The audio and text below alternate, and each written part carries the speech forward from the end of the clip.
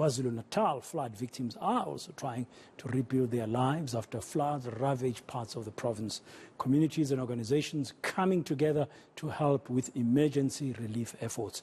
But what is the role of the church in situations like this? I'm joined now by South African Council of Churches, Bishop Malusi Mpumlwana. Bishop, good afternoon. Thank you very much for your time. I guess having been an Easter weekend, a very important time in the lives of Christians with these floods that have taken place in KwaZulu-Natal, helping out must have been top of mind for members of the SACC. Absolutely, it's tragic. Dan, we did ask all the churches across the country to pray on Good Friday for the pain of the people of KwaZulu-Natal during this time. But then on Saturday, Holy Saturday, both the president of the SACC, Archbishop Makgoba, and myself traveled to KZN to meet together with the other religious leaders and Council of Churches in KZN to look at what can be done together. And we joined the Mutsepe Foundation, who had convened a meeting to discuss how to create a system that can have the integrity to support communities as they are in need.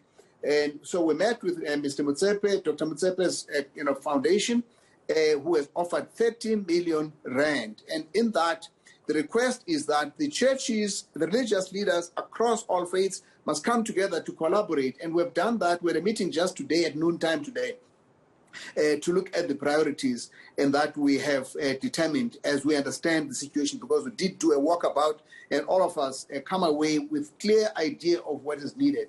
We must express our appreciation for the urgent response by government and even the greater appreciation of the efforts by private entities such as the Mutsepe Foundation.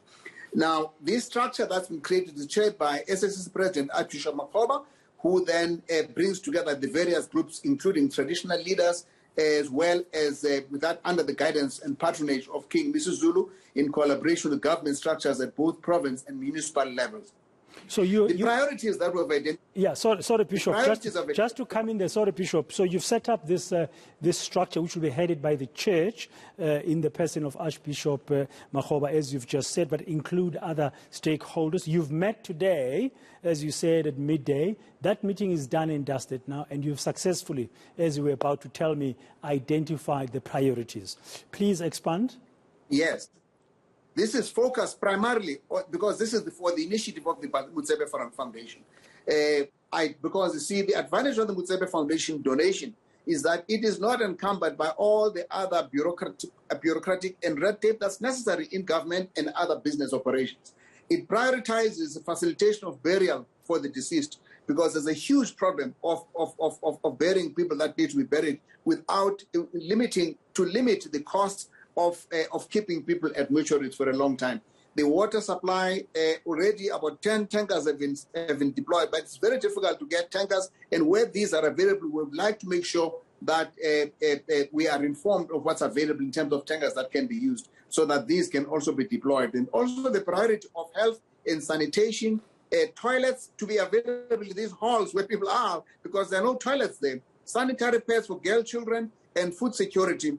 And so we're appealing for a lot of collaboration across the board. There must be no duplication of services as much as possible. So we appeal to people to report their difficulties from the flood to the network of churches. The advantage of the churches then is that in every ward or village, there are no less than 10 churches across all denominations. People must not look for their Methodist church. They must go to any church that is there, because we're all collaborating together and gathering information. They must go to the churches, to the traditional leadership, as well as to government municipal offices. We are working together as a collective to bring all these things together to make sure there's no duplication, as well as to make sure that everyone that's in need is reached, because we can't reach everybody unless the information is given. Okay, now just for clarity, we're appealing for this. Yeah, so Bishop Mpumlwana, just for clarity, you've mentioned one private organization that has made a donation of 30 million rand.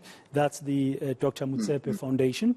Now, you as church leaders have been brought in to help to coordinate and make sure that the relief does reach those people in terms of the priorities that you've just expressed: the burial, supply of water, and provision of sanitation in some of the these community halls that don't have. Is there anything else that the church, you as leaders of the church, are doing in KZN?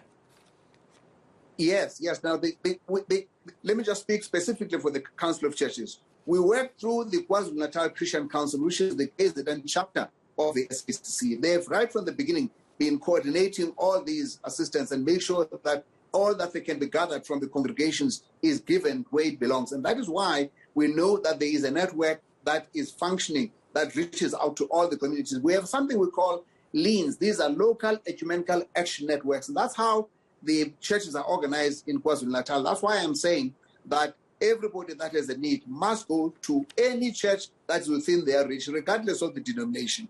And I should also say that the SACC has also approached the Industrial Development Council, IDC, which is not normally known for charitable work, but since the unrest of last year, we've been working with them, and they have pledged an amount of 50 million rand, which is also to be deployed to various structures. We also had a meeting with them on Saturday so that we can look at how they can make sure that their assistance is given as appropriately as possible across the board. But the point is to say that we are very concerned about the prospect of corruption in these things. And I want to say, I would personally, put a curse on anyone that wants to take advantage of this tragedy to make money for themselves. And we are looking out for this, which is why we want to make sure that there's integrity of processes and that there is accountability for every penny that's given for this work.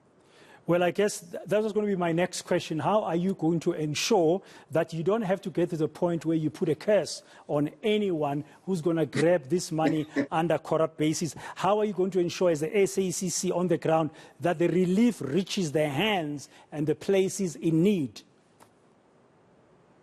And no one would have anticipated, or even, we did think that there might be some thugs, but we never actually thought that there would be such a scale of theft of COVID money. Really, when people are dying, literally grabbing money from people that are breathless in hospitals, that's what happened. And so we know it is possible, and therefore it's not just the SACC, it's all of us in the collaboration that we're working together to say, let us make sure that when we talk about a place that we're supplying with assistance through the money that's given by people that are giving everything they can, that money must reach the right persons. That's why our structure is designed to make sure that that happens. And that's why I'm saying that it's a collaboration between the churches, the all faiths, and municipalities, as well as traditional leadership, so that you know exactly who is where. This committee looks at all those things, and not just money is just not going to be given, but it will actually make sure that it goes to the right place. We hope that the structures we have created will be sufficient for this, and I'm quite sure, at least the Mutsebe Foundation has made this appeal to say we want people of integrity to consolidate this, and we want to make sure we can offer that. But we're not the only ones. We believe that government should also be watched, as well as make sure that what they tried. I got a report the other day that says there is a councillor who has used a gun at gunpoint to force the supply of water to go to a different direction. Now, we hear these reports. Some of them might be false, but we follow every one of them to make sure that we know what is going on. And if it is inappropriate, it must be stopped. Thank you very much, Bishop Malusi Mpumlwana, for your time there. He's, of course, from the South African Council of Churches. They've been roped in to assist with the delivery of emergency relief by donors such as the Mutsebe Foundation in KwaZulu-Natal. They've also got some money from the IDC as well, and warning there that he will curse anyone in KwaZulu-Natal who will try and get their corrupt hands on the money that is meant to provide emergency relief to the affected people by the recent floods. Now, at least 18 people